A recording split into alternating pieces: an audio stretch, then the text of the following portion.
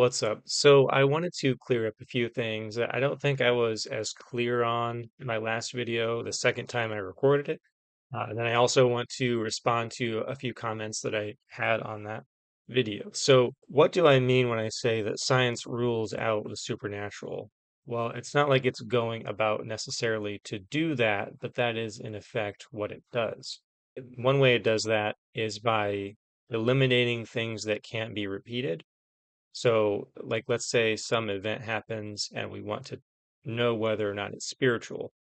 Well, that's going to be impossible or nigh impossible because it's by nature not replicable. The spiritual realm is not subject to what we do here on earth. So there's kind of subtle means by which we may bring about a supernatural effect, and that is what magic is, and that is what prayer is. Basically, you can interact with the spiritual, but it has no requirement to necessarily respond. And so on magic, I believe any Christian, if especially if they take everything literally, should believe in magic. So that shouldn't be surprising to an unbeliever, at least the fact that knowing that we believe in God, magic is within that realm, right? So magic is essentially appealing to demons rather than God. It's mentioned in the Bible. You have divination, sorceries, necromancy, all of these different forms of what we might call magic. And no, I'm not referring to magic tricks, although magic tricks are actually kind of analogous to real magic, right? So like if I, like if I was talking to you, da da da da da, da and then like I produced this coin, right? It was like, whoa, how'd you do that? Well, it, it's hacking the brain. What you're doing is you're creating an unexpected result. So the longer that it's hidden from you, the better the trick works, right? If I had been talking to you with my hands showing for like 15 minutes and then suddenly I produce a coin, that's going to seem even more magical than if I just, pull it from off screen. So, but it's hacking the brain by using its weakness in memory. So like if we were able to, if we had perfect recall, I could have been like, no, you've just been holding on to it this whole time. I remember now, like your hand was positioned in a way that I couldn't see it, or whatever. And that's what magic tricks are doing. They're just utilizing the weaknesses of the brain. And then there's many different factors to that. You have your social engineering and various psychology, and you have like optical illusions and all these different things. And it's analogous to real magic in that something is happening and like there is an order to the supernatural world to where, I believe that like there's laws, there's mechanisms in a way, but they aren't things that you can see, smell, taste, touch, hear. Now, whether or not we can peer into that and maybe understand some more mechanisms, like I don't know. I don't know. I suspect that there will always be mystery to that. So for example, like if we take spirit itself, just spirit. So in ancient times, in Hebrew particularly, ruach, Greek, pneuma, it's connected with wind and breath.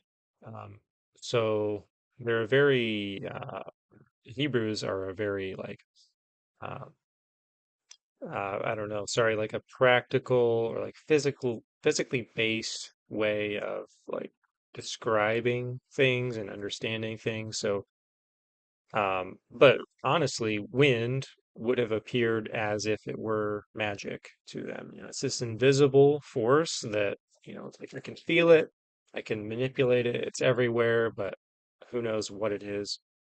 You don't know where it comes from, you don't know where it's going, as Christ says. Okay, and but so today we know like a wind is the movement of air, it's air molecules bumping into each other. That's what we feel. But to the ancient world, like, air is life. Wherever air is, that's where it's habitable. That's why you can't live underwater. And that's why in Genesis, well, I don't know if it's why, but it says in Genesis the spirit hovered above the waters, right? Waters were like primordial chaos, death realm, where there's creatures of the abyss and this kind of thing. And even in high altitudes, there's less air, so maybe they even were aware of that. Whereas, like, there's this band where we can live, and then there's heaven, and then there's below, and that's the grave where dead people go. Anyway, so that's their cosmology. But wind, so it's kind of magical in their thinking, and today we say, well, it's molecules. You say, well, what's a molecule? Well, it's like atoms, kind of bonded together. Like, okay, well, what's an atom? Well, it's like these subatomic particles that stick together in this nucleus, and you have this like electron, you have these subatomic particles. Like, what are those? Like, well, like, how do they look? How do they form? It's like, we can kind of figure that out, but what are they made of? Well, you got these quantum particles that we don't really know much about, and like that's kind of how it works. Is like the, that's reduction. That's how we discover the mechanisms of something. So in the same way, there's like a ceiling, right? So we can't conceptualize it beyond a certain point. It's kind of like this theory of everything that they're trying to discover, and string theory kind of plays into that. Of course, string theory is kind of a joke among physicists, from what I can tell. It's like it hasn't really produced anything useful. Um, and but there's people that still cling to it, because it's they've spent their careers looking at it, and it's like, kind of seems like that's not the answer. But again, there's a ceiling, there's a floor. It's like we can only understand so much. You might say that there's a firmament above our head and that there's a ground beneath our feet that we can dig into, but we can only go so far. So is the spiritual just, is that just a word for something that we don't understand yet? That's a good question. But regardless, like let's take a concrete example. So the Nile River, let's say, turning to blood, that's an example of a miracle. A lot of these, like a miracle, is more to do with the timing than it is necessarily with the actual thing itself. So you might say the Nile turning to blood is, and I don't know why this hasn't been suggested or I've never heard it before, but like an algae bloom or something that, because it was not only in the river, but in their pots as well. And it's like, well, if you take a hyper literal stance, it's like, no, that's blood. Like, so did God spontaneously generate blood cells in this water? Um, whose blood cells is it? Like what?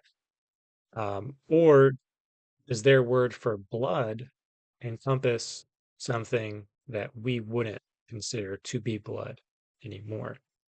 So, like maybe this algae, if it were that, had some kind of like irony smell, or even, a coagulated kind of, so you could call it blood. And in their language, that would be accurate, possibly. It's just one explanation. And then, like there's other material explanations for the others, like that sent the frogs out of the river, and then the frogs died, and that brought the flies and the lice or whatever disease, and the disease killed the cattle. And but it's the timing of all these things taking place, and some of those are out of order, maybe. But then there's like hail, it's like mixed with like lightning or fire, and then you have like locusts that come, and then maybe there's some kind of celestial event that blocks out the sun for a certain period of time. And it's like any one of those things, like maybe it was random, but all of them together, right, in the timing of it, in the circumstance of it, that's where the miracle is. And it very well may have been, supernatural, like totally supernatural manifestations, but God often uses material means to bring about a miracle. But it's definitely inexplicable. And it's something that if science were to investigate something like that, they would say, well, see, we can see why this happened. Yeah, but that doesn't explain why it happened. You can only go so far down with that in your explanation. So what's below that? And it can't touch that. So science only can deal with the things that we understand. So it's not that spirituality is just stuff that we don't understand, but the stuff that we don't understand may contain the spiritual, right? Like that's where it would be, and it will always be because we're never going to understand everything. Um, if we break something down to its the smallest part that we can observe, there must be something that is made of or that caused that to take place. So there's no end. So that leads to the problem of infinite regress, and which is kind of what I outlined earlier. But whether or not the spiritual exists within that quasi-physical realm, I don't know. I don't really care, but we definitely don't understand it. And that's kind of where I am with that. And as far as why I believe in the spiritual, it's not really a evidential claim. It's more of a propositional thing, but it is based on personal experience, on testimony, which, in a judicial system, testimony is like evidence, and we have lots of that. So, like with timing of miracles and that kind of thing, you also have connections. So, something happens and then something else happens that's related, right? And in the last video that we went over, the guy mainly said that he was not going to label anything as spiritual, it's just a random event, right? But we have synchronicity, and that is one evidence of the spiritual, things playing out in such a way that is highly unlikely to happen randomly. And there may be a psychological trick there in maybe we see too much of that when it truly is random, but to a point, it it becomes absurd to say that it was just random, right? Like five things lining up within the same week, like I saw this person and they mentioned this thing, and then um, I looked on my phone and I saw this pop up. Well, maybe it heard you, uh, which it probably did. And but then this other thing I was driving and this billboard, and so there is this thing where if you're paying attention, certain things will pop out to you just because you're paying attention. But in another sense, there are things outside of your control or outside of the influence of any of the other events that line up that are just they seem bizarre. You just intuitively understand that like this is highly unlikely for this to have happened. I can give a couple examples in the future. I won't go into it now, but this is partly why like you'll never have evidence of God because you can say, well, if God showed up in a physical form in front of me and said, "Hey, you need to believe in me or you're going to hell," you would say, "Oh, that was a crazy hallucination. What could possibly be provided for you that you could then prove was like, here, I'm going to do this thing, this miracle over and over and over again to prove that I'm God, or whatever." It's like, wow, that must be some like alien with like some kind of technology that's able to manipulate something that we don't understand. You could always provide an explanation that somewhat names or boxes in what you don't understand. And so you feel like you've defined it in a material sense, but really you've shifted the parameters of like the extent of your knowledge, but you haven't encompassed the thing. And then there's the principle of like God doesn't owe you anything. He's already given you enough in material reality itself being beyond explanation. Your consciousness, you are capable of interacting with the spiritual can respond. So if you pray to God, pray for a sign, and you sincerely like look for that and expect that rather than question everything that might come your way, like, well, this is probably just random, or this has some explanation that I don't know. It's like, what could he possibly do? If every evidence that he gives you, every sign you explain away, it's coming from a principle that you're holding on to. And maybe you sincerely believe that that's the true and accurate way that we should understand reality. But I believe there's a deception there. You're cutting off the edges of that realm of confusion and making it into a box, right? But all these remainders you have to cast away. So you can have a spiritual view and a scientific view. And that's what I believe we should have. It took us a long time to develop the scientific rational methodology and the structure of the scientific community to undergird that. But we cast off the spiritual at the same time.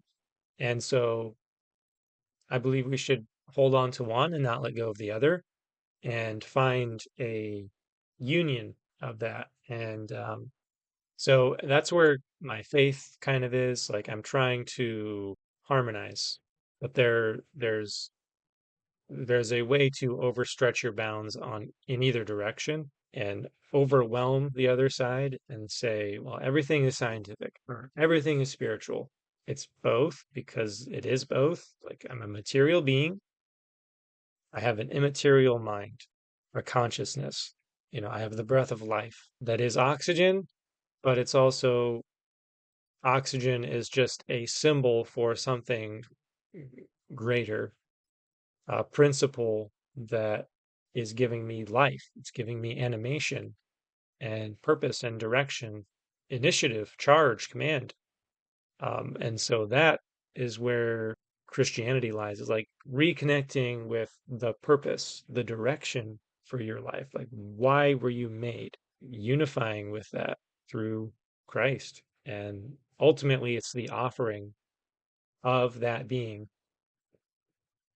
to you. It's that gift of love, like the greatest gift of love, self sacrifice, that he didn't have to do anything. There's another comment from bringing up Hindu things and talking about sacrifice of Christ wasn't that great. Everyone loses their life, and that kind of thing. Not everyone descended from the heights of ultimate glory and power to become flesh and then be mocked and persecuted, torn with whips, and nailed up onto a stake, naked, to be further mocked and rejected by all of his companions. He didn't have to do that, but he did. And so it doesn't really matter about like making his physical suffering worse than anyone else's physical suffering. So if you had a king that was in like apparel, glorious apparel and comfort, and then he descended to like rescue someone and like risked his life and was injured and nearly killed to the point of death, like killed to the point of death. That would be closer to what Christ did. You're never really going to approach that. And that's what God did for you. And that connection of love, like that is what is the draw. Like that is the connect. And so seek that. That's all I can say. Ask for supernatural, be open to it, be willing to lay down the claim to grasp on reality when we have a little pinch on reality. How much are we really giving up in that? And it's not like we have to let it go, but there is more out there. That's what I have experienced. I believe this is my testimony. I will share more of my testimony in the future. But that's where I'm at right now. So, shalom.